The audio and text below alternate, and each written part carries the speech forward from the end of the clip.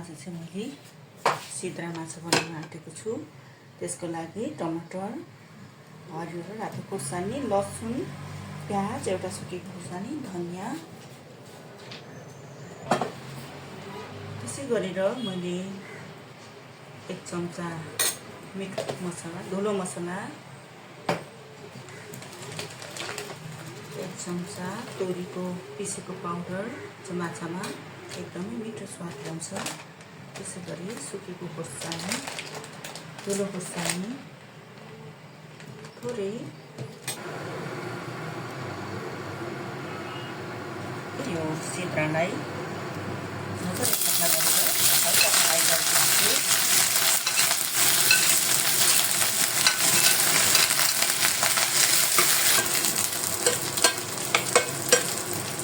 धेरै फ्राई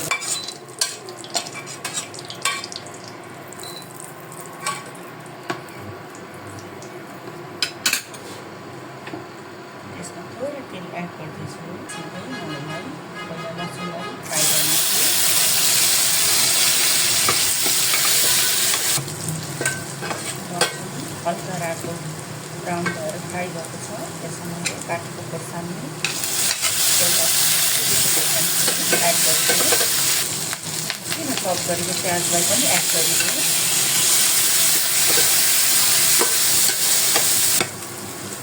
प्याजलाई यतिको गरेर खारिसकेपछि टमाटर पनि हालिदिने।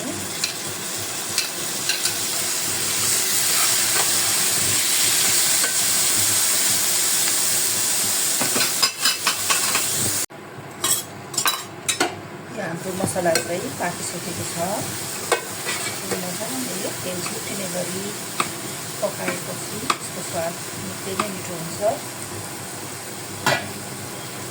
थोरै पानी एड गर्नेछु।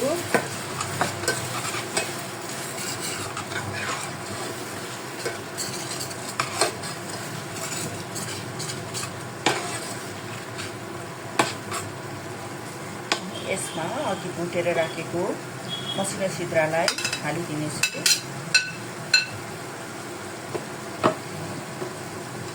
थोरै धनियाँ पनि चप गरेर राखेको छु, त्यो पनि हालिदिन्छु।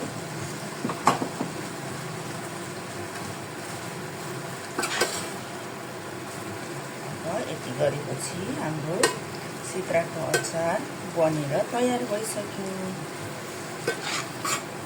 यसलाई एकछिन 2 मिनेटसम्म पाक्न दिने।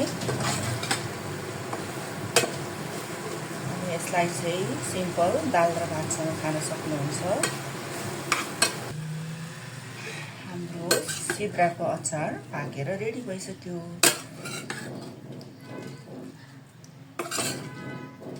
यसलाई हामीले सादा दाल भातसँग खान सक्छौँ।